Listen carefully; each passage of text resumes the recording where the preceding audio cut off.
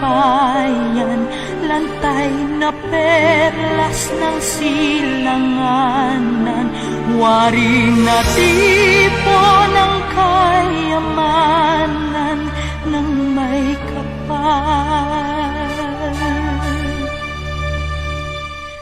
Ako'y Pilipino, ako'y Pilipino, taas noo kahit kanino, ang Pilipino ay ako.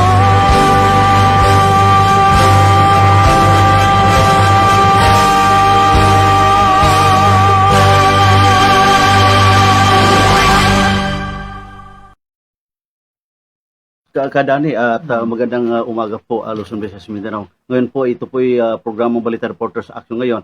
Ngayon ay gusto ko pong itatanong Kadani yung patungkol do sa permanent injunction. Tayo po ba ay kasama po ba dyan?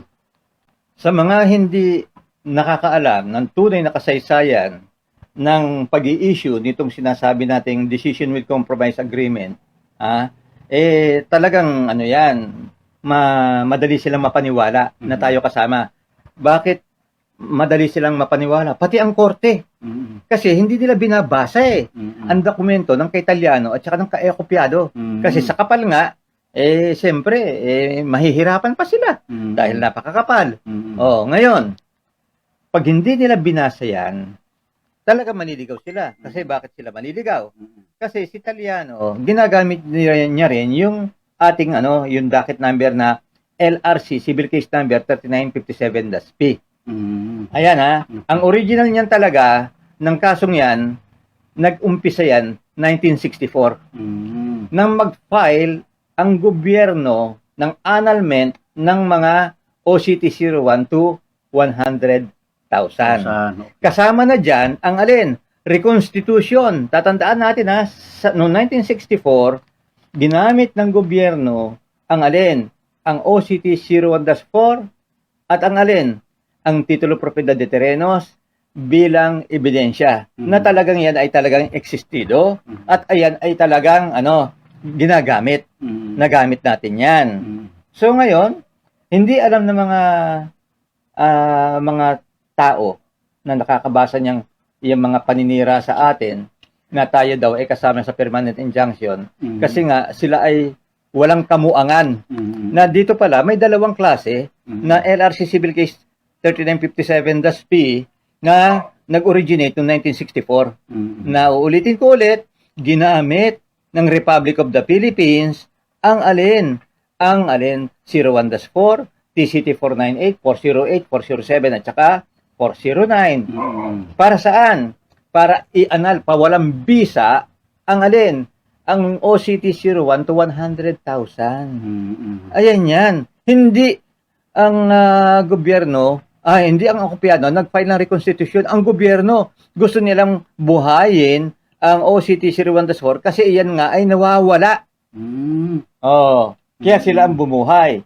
Kasi kung titignan natin, ang gobyerno may interest na makuha ang 01-4, ang mga kalupaan sa ilalim ng 01-4. Kasi bakit? Kasi sila walang ganyang kalaking kalupaan. Meron tayong tinatapos na na research. Ayan ay ipapakita ko sa inyo, batay sa history, batay sa mga batas na pinairal hanggang ngayon na ang gobyerno sinasabi nila sa kanila yung mga bakanting loting yan, mga bundok na yan, yung mga katubigan na yan, yung mga forest land na yan, kagubatan, sinasabi nila, sa amin yan. Pero diyan malalaman nyo, kasi tayo madaling mapaniwala, matagal na pala tayong inuulol ng mga taong nasa gobyerno. Hindi lahat. Ito yung may interest sa lupa. Number one, ang mga politiko. Ayan yan. So kawawa tayong mga Pilipino Ito, yung isyong ito, gakulangot lang. Yung sinasabi nilang, kung ngayon, yung mga issue sa flood control projects, gakulangot lang yan. Kasi pinag-uusapan natin dito buong Pilipinas. Na ang nakikinabang lang pala, iilang mga tao lang. Na sila, wala naman palang pinangahawakang titulo ng lupa. So, ayan. So, Kaya sinasabi ko sa iyo, Buds, balik ulit tayo. opo. Doon sa sinasabing permanent injunction. Injunction. Oo. Tayo ba ay kasama ba? Sino po ba yung Ngayon. na permanent injunction boss sa mga kwanta Ayan. nila Italiano? Noong 1997, tatandaan na, tapos ito ha, yung kaso nag-originate noong 1964. Yung sa pagre-reconstitute ng 01-4, ang nag-file na reconstitution, hindi ako ang akopyado, kundi ang Republic of the Philippines. No, mismo. Ayan yan, sila nag-file. Oo, ayan yan. So ngayon, 1997, dumating ang 1997, ha? Eto si Italiano ay nag-file, ni-revive yung long settled case noong 1964. Kasi ayan ang hindi alam ng mga tao. Meron na pala na unang kaso na ginagamit, RRC Civil Case 3957-P. Ayan yan. Natapos yan, yung usaping yan, 1972. February 4, 1972. Nagtataka tayo, 1997, nag-file si Italiano ng petition for reconstitution. Parehong docket number, hindi pwede magkapareho yan. Unang-una, ang pinal niya ay petition. Pag sinabing petition, panibagong kaso yan. Panibagong kaso yan. Dapat tataka ng korte ng panibagong case number, hindi 3957-P, na long settled na yan. 1964 pa yan eh. Oo, kaya dapat mag-assign ka. Bakit nagkaroon ng ganyan? Nagkaroon ng manipulation sa korte. Kasi during that period, nung mag-file itong si Italiano ng petition for reconstitution, dahil nakausap ko yung dating judge na si Ernesto Reyes, nakausap ko yan 2003. Oo. May isang presidenteng nakiusap. Hindi ko muna tutumbukin. Okay. Nakiusap sa kanya na ipasok ang dokumento ni Italiano sa korte. Ayan, intended talagang sirain ang dokumento ng akopyado. Kasi ipapasok itong fabricated na ginawa ni Italiano na may mga butas. Kasi bakit? Unang-unang butas niyan. Bakit tinanggap ng korte yan? Na nung mag-file silang petisyon, meron ng docket number. 3957-P, LRC Civil Case 3957-P. Dapat sana pag mag-file ka ng petisyon, dahil yan ay panibagong kaso, blanco yan. Iraraffle muna yan. Pag naraffle yan, tsaka tatatakan yan, case number yan. Pagtanggap ng court yan, tatatakan ng yan, ng docket number. So, hindi nangyari yan. Kasi bakit? Nung petition, meron tayong kopya ng petition nila, yung unang-una, 1997 eh. May docket, number na LRC Civil Case number 3957-P. Ibig sabihin, ang korte rito, nalagyan. Kung motion sana yan, hindi petition, pwedeng ikabit doon sa 1964 na lumang-luma na. Biro mo, ilang years na ang nagdaan? Almost 30 years na. At saka sila gumawa ulit ng ng sinasabi nilang petition for reconstitution. Kaya dyan nalito ang mga tao. Kasi LRC, Civil Case 3957-P, ayan. Hindi nila alam na merong original, merong fabricated, o yung peke. Ayan yung kay Italiano. So ngayon, dahil nakita nga ng OSG na defektibo itong kay Italiano, ang ginawa niya, nag-file siya ng annulment of judgment. Ayan yan. Kailan yan? Nung ayan ay April 5, 2002. Ayan. Ayan yan. Nag-file sila. Ng annulment of judgment. Bakit nagkaroon ba si Italiano ng 5 counts na warrant, boss? Sino po ba yung ayan kung dati yan, idudugtong natin yan. Okay. Doon muna tayo para makita. Kasi itong kala nila tayo kasama ron. Okay. So ngayon, nung tayo ay nag-file nga ng annulment of judgment, ang OSG 2002. Unang-una na hindi talaga tayo kasama diyan sa tinatawag nilang petition for annulment of judgment noong 2002. Nandoon sa page, hindi ko natatandaan, page 5 nung ginawang petition ng OSG. Na sila ay kaya sila gumawa ng petition regarding dito sa annulment nung 3 judgment. Kanina yung judgment na yon? Pertaining doon sa mga judgment ni Ernesto Reyes. Ayan yan. Isa ay 1997, dalawa 2001. Kaya 3 yan, yung order na yan. Ay nang pinapa-anal. Ayan yan. So, sinadmit sa Court of Appeals. Kaya tinanggap ng Court of Appeals kasi bakit? Sinabi nila, pasok na pasok pa ito sa ruling na kailangan pag nag-file ka ng petition for annulment of judgment, 4 years. Within 4 years. Kasi si Italiano, 1997 nag-file. Oo. Yung huling order ni Judge Ernesto Reyes, October 8, 2001. Kaya bibilang tayo. October November, December, January, February, March, April. So, April 2002. Ayan na ang nag-file ang OSG. Kaya pasok na pasok. Kasi 6 months pa lang Hindi pa inaabot ng 4 years Kaya sila qualified na mag-file ng petition for annulment of judgment. Kaya akopyado ba? Ay, pwede ba sila mag-file ng annulment of judgment? Hindi na. Kasi bakit? Yung sa atin, yung decision natin, 1972, kung titignan mo, nag-file sila, 2002. 30 years na. More than sobra-sobra na sa hinog na kung tutusin. Okay, Italiano, pasok na pasok 6 months. Tayo 30 years doon pa lang tapos na pangalawa, yung nag-file ng petisyon si Robert Del Rio. Nakita, meron tayong hawak na petisyon. Naka-indicate doon sa petisyon dapat pag nagpa-file ka ng petisyon dapat hindi ikaw tunay na may-ari, meron ka dapat na authority from the lawful owner kay Anacleto.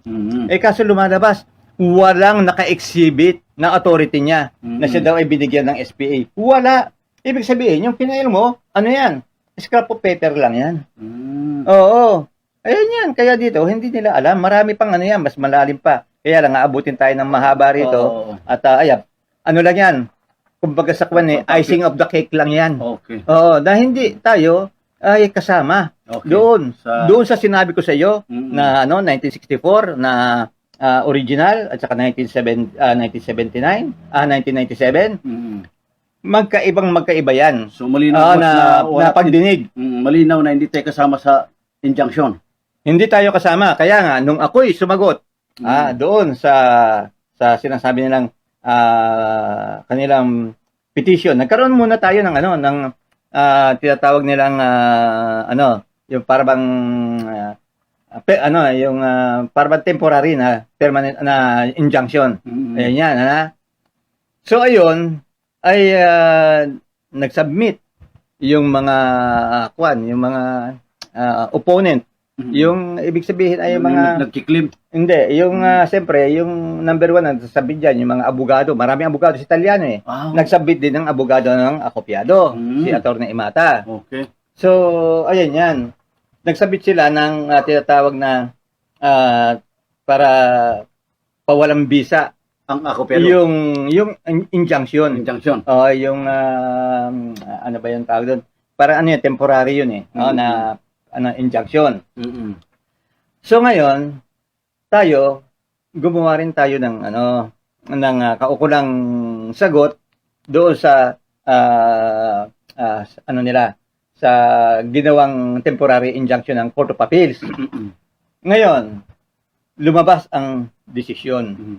Siyempre, binasa nila yung kanilang mga pleadings kung ayan nga ay talagang pwedeng i-lift yung para temporary injunction.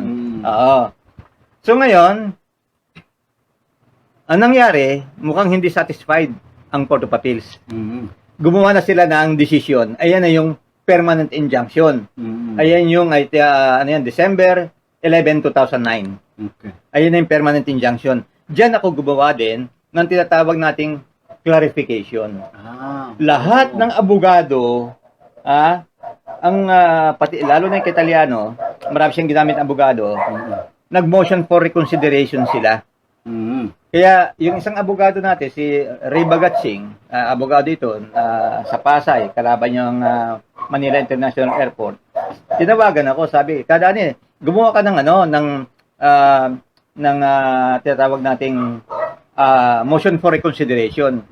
Hindi ako gumawa. Sabi ko, attorney, hindi ako gagawa. Kaya kailangan within 15 days kasi mababa, wala na kung makapag-file ka ng late ng motion for reconsideration mo. Sabi ko, maski abutin ng 1 buwan, hindi ito magiging tawag dito, hindi hindi ito tatanggapin ito ng korte. Kasi bakit? Hindi ako binigyan ng notice eh. Walang order na kailangan ay sagutin. Yung kasi may sasagot diyan eh. Kaya nga yung mga abogado, sumagot sila ng ng kondo yan, tinatawag dating Counter. motion for reconsideration. Nag-counter sila. Na, ibig sabihin, may dapat baguhin diyan. Yes. Dahil nagkaroon ng diyan error ang Court of Appeals sa kanilang ginawang yung permanent injunction. Ang sabi ko kaya hindi ako gagawa. Kaya hindi ka napadala ng supina dahil alam nila matibay yung dokumento ng akopiado. Hindi ako talaga sinadya yun na hindi ako pinadalhan sa aking Sa analyze. pakiwari. Okay, oo. So, ang ginawa ko dahil ako naman nung umatid nagkaroon ng oral argument sa Court of Appeals, umatid ako at inilagay yung pangalan ko ron na ako ay Executive Administrator ng akopiado. Ibig sabihin, ay kasi tunay ka. Oo, kasi nagsubmit ako ako bumuhay diyan kasi nabinbin yan Yun. Yang ng 6 na taon Nabinbin yung yung tinatawag nating temporary preliminary injunction. Nabinbin yan ng kung ilang taon. So, binuhay mo? Binuhay ko dahil nung magkausap kami ni Don Robert na kung maaari ay tulungan siya. Kasi nakita niya, gumagawa na rin ako ng konting at mga alam mo na, research. At saka nakita niya na nasa talaga, hindi lang research kundi nasa direksyon, tamang direksyon. Yan.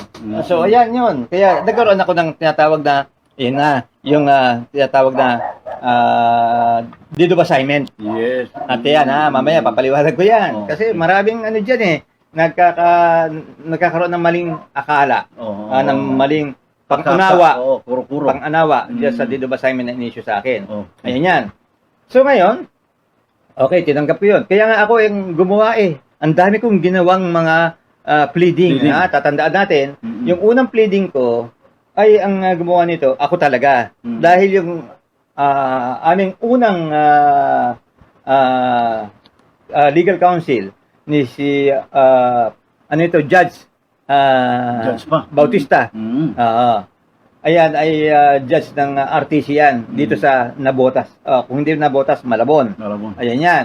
Sabi niya sa akin, Danny, ikaw gumawa ng facts. Kasi hindi ko alam yan kasi kung gagawa pa siya, babasahin niya, ang haba niyan. Ikukumpara niya yung dokumento ng Italiano sa akin, yung mga pangyayaring naganap, ilalagay niya dapat yan. Kumpleto yan. Pinagtyagaan ko yan, Mads. Kaya, nung i-submit namin yan, December tatandaan ko yan. December, parang 23.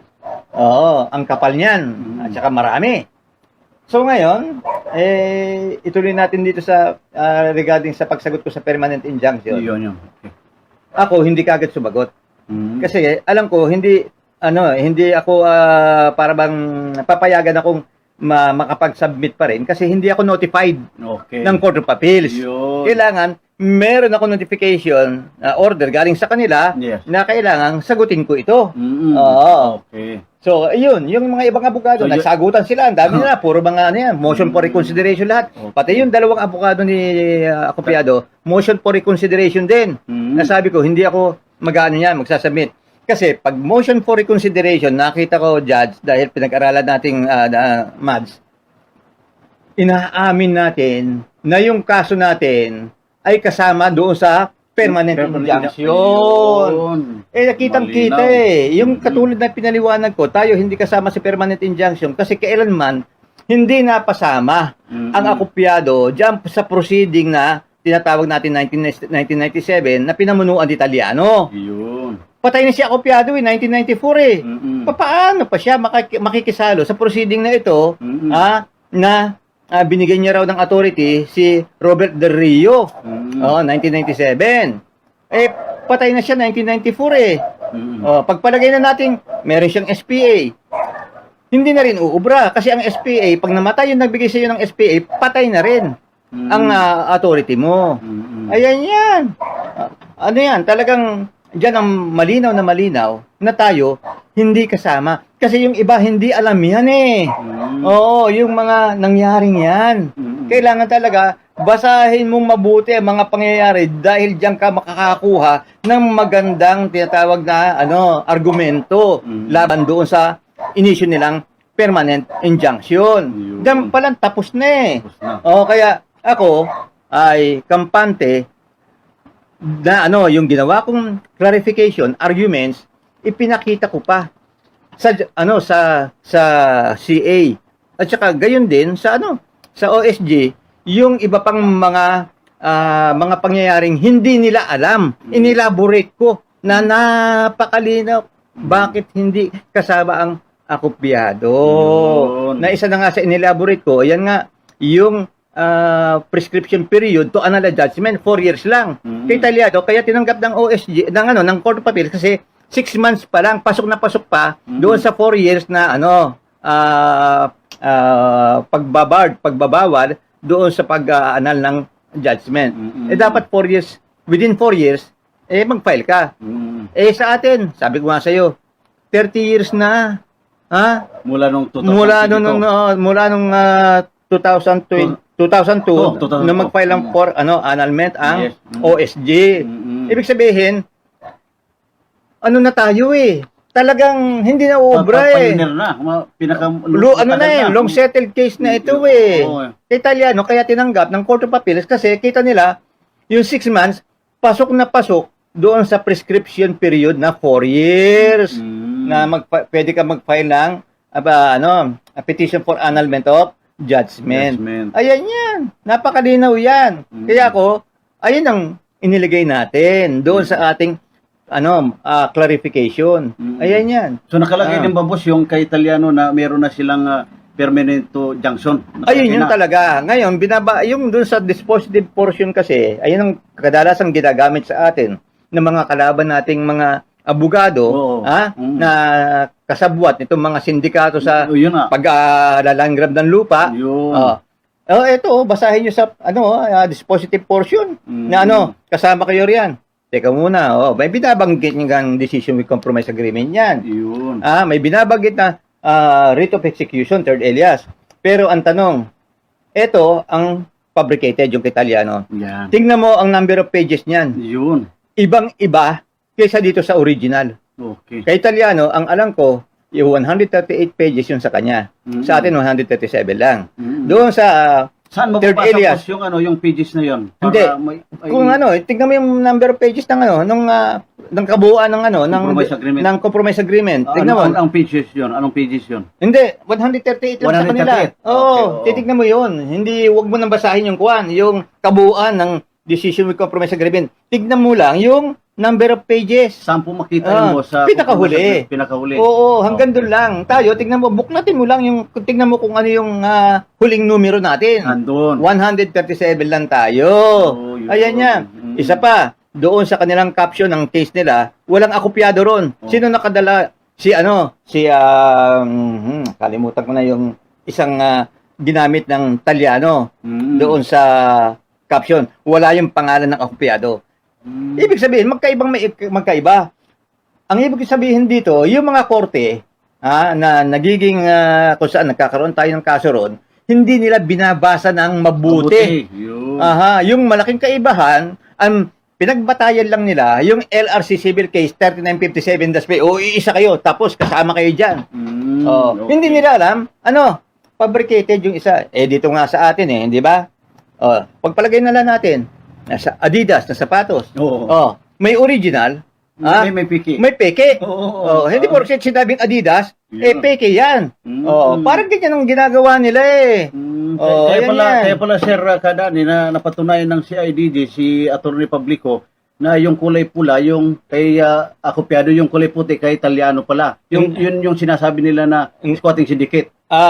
Hindi. Yung kulay pula, wala sa kulay yan. Wala sa kulay. Kasi sinasabi lang nila, kulay pula. Kasi yung ginamit namin noon, mag-file kami ng kaso kay Talyano, isa pang isa pang batayan na magkaiba. Bakit kung iisa kami ni Talyano, bakit nag-file ako ng case laban sa kanya? Mapapasama na rin ako sa kanya. Ayun yung 5 case ng 5 counts na warrant ng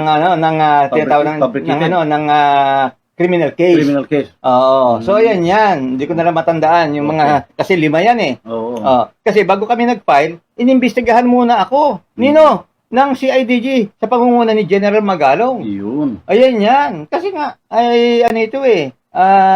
Ako na ang lumapit talaga. Sumulat ako sa kanya. Kung maaari ay ay ma-implement sana yung third alias. Yes. Sabi ni General Magalong, kailangan mo na maambisdahan kasi Oo. may pumuputok na issue na ano yan, ay spurious yan. Kaya pinapuntahan ako dito sa bahay Oo. kay General, kay Attorney Publico. Kaya pumunta personal. Kaya lang wala ako, si Mrs. ang nakausap. At nag-iwan si Attorney Publico ng kanyang Ng calling card. calling card. Okay. Kinabukasan pumunta na ako. Hindi ako takot kasi alam kong idepensa ang dokumento natin eh. Yun. Ayun, nung dumating ako doon, pagbukas ng pinto, nagpakilala ko, tuwan-tuwa si Attorney Publico kasi nga, ayan. Kasi meron na pala siyang dokumento ng Italiano. Yun. Kailangan na lang itong dokumento natin. Dokumento natin. Ayan. So, pinaliwanag ko na ba, sa haba ng ginawang pagsisiyasat sa akin dokumento ni Attorney Publico, ayan, nagkaroon ng final report. Yan. Yung mga na yan, pinaliwanag ko, ang dami kong pinaliwanag doon. Ayan, yung final report na yan, doon sa kanilang conclusion, sinasabi nila na yung compromise agreement between the government, at saka kay Acopiado, ano yan? Yan ay valid. Kita mo yan, compromise agreement yan. Ngayon, yung decision with compromise agreement, kaya decision with compromise agreement. Kasi yung compromise agreement ng gobyerno at saka ng Acopiado, ipinasok doon sa isang desisyon ng korte. Yun. Ayan yung LRC Civil Case 3957-P. Ipinasok doon. Kaya mababasa mo ron yung compromise agreement ng gobyerno at saka ng Acopiado. So, ayan yan. Nakita niya na ang malaking kaibahan talaga.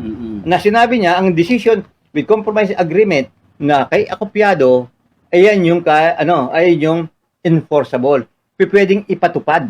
Ayan yan. Uling pananalita, boss. Ito bang kay Acopiado ay hanggang kailan ito may paso ba ito o abang buhay na ito, boss, itong dokumento? Hanggang sa magunaw ang mundo, Yun. hindi nila pwedeng ipawalang bisa. Ang sinasabi nating OCT 01-4. Okay. Tatandaan natin, kapag ang isang Spanish title, ano yung ginamit na Spanish title? Ayan yung titulo propiedad de terrenos. Yan. Sa tinatawag nating torrent system. Okay.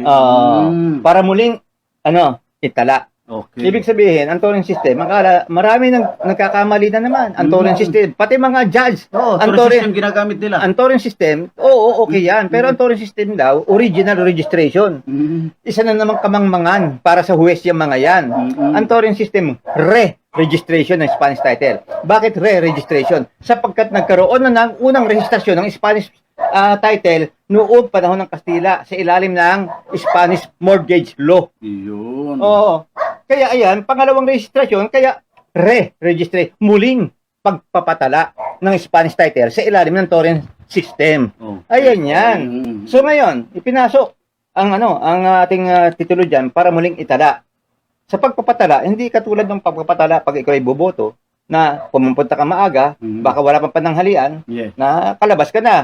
Ang pagpapatala ng isang titulo ng lupa, malaking kaibahan. Sapagkat pag ito ay pinasok na sa korte, ay tatatakan ng docket number yan. Pag tatatakan ng docket number yan, kasama yung ibang mga mga dokumento. Nandiyan ang plano, nandiyan ang tax declaration. Number 1 ang titulo. Ayan. Magbibigay sila ng certified copy sa LRA. Sa LRA na noon ay General Land Registration Office. Ayun ang kauna-unahan. Okay. So, tayo ay sakop ng General Land Registration Office kasi naipasok yan. Nagkaroon tayo ng decree ay 1904 1904. So, ayan yan. So, kapag ito ay nakarating na sa LRA, ang LRA magpapublish sa dyaryo yan. Yun. In general circulation. Pala, Ibig sabihin, para i-alarma ang buong tao na kung meron man kayong interest sa lupang ito, pumunta kayo sa korteng ito. Ganitong araw, ganitong oras, kung saan ay meron magkakaroon ng mga pagdinig, para kayo naman ay sumagka o ano ito ay haglangan ang ginagawang ang pagpapatala, muling pagpapatala ng titulo. Ayan. Kapag hindi nila nagsagkaan yan, ang judge ay gagawa ng desisyon pabor doon sa may hawak na titulo ng lupa, Spanish title. Kapag yan ang nag-final, within 15 days, ang kanyang desisyon, aatasan niya ang General Land Registration Office na ngayon ng LRA na bigyan mo na ito ng tinatawag nating Decree of Registration. Yun. So saan kukunin ang mga nilalaman sa Decree of Registration? Doon sa mga importanteng mga impormasyon nando sa Spanish title, katulad ng sino ang may-ari. Kailan na i-registro sa tinatawag nating original registration, kailan yan i-registro sa Spanish mortgage law. Yung lugar, yung technical description, Yun. nandyan din. Ilalagay doon sa tinatawag nating original certificate of title. Kasama na rin doon kung sino ang judge na nag-promulgate doon sa decree of registration. Yun. So ayan yan, yung iba mga importanteng mga nakalagay doon sa decree of registration. Ngayon, yung mga impormasyon na mahalaga na ilalagay doon sa original certificate of title, itatranscribe yan ililipat doon. Yung primary status, ay yun ang tinatawag ko sa yung na importante na dapat malagay doon. Kung sino may-ari, kailan ang original na registration yan, ng Spanish title na yan, hindi na bubuuin doon sa ayan ay kabuuan na ilalagay doon sa tinatawag nilang OCT. Kaya iba yung OCT.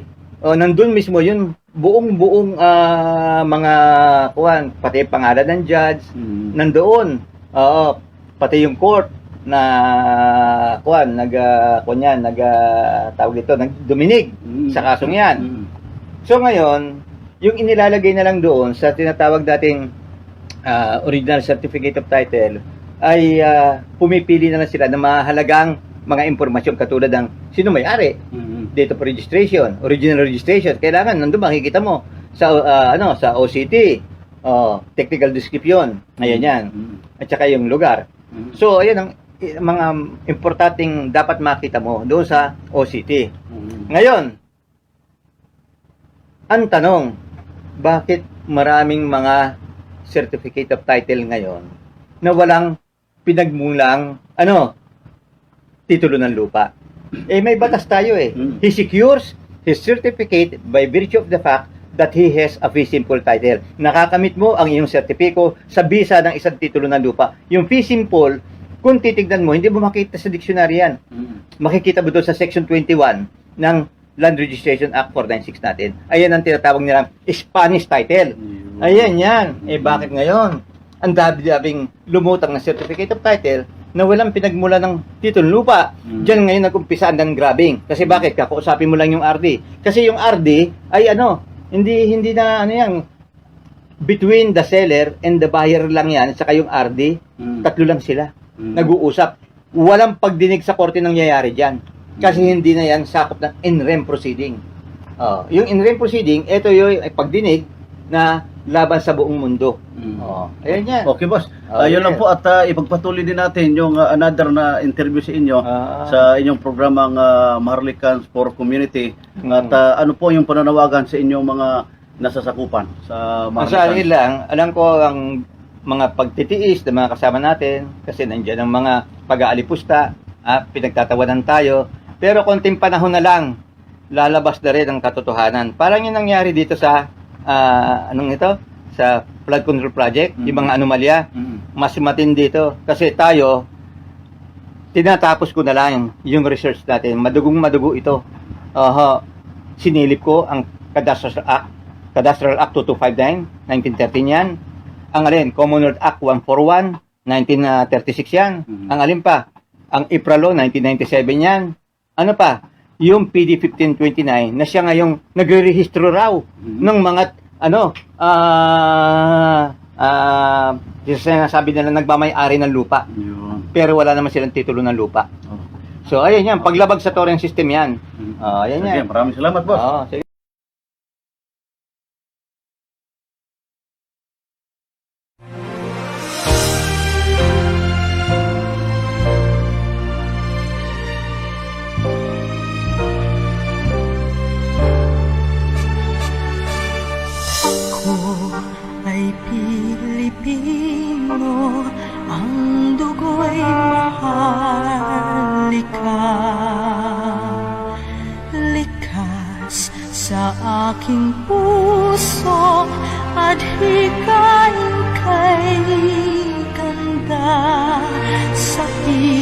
Pilipinas na aking bayan, lantay na perlas ng silanganan, wari na tipo ng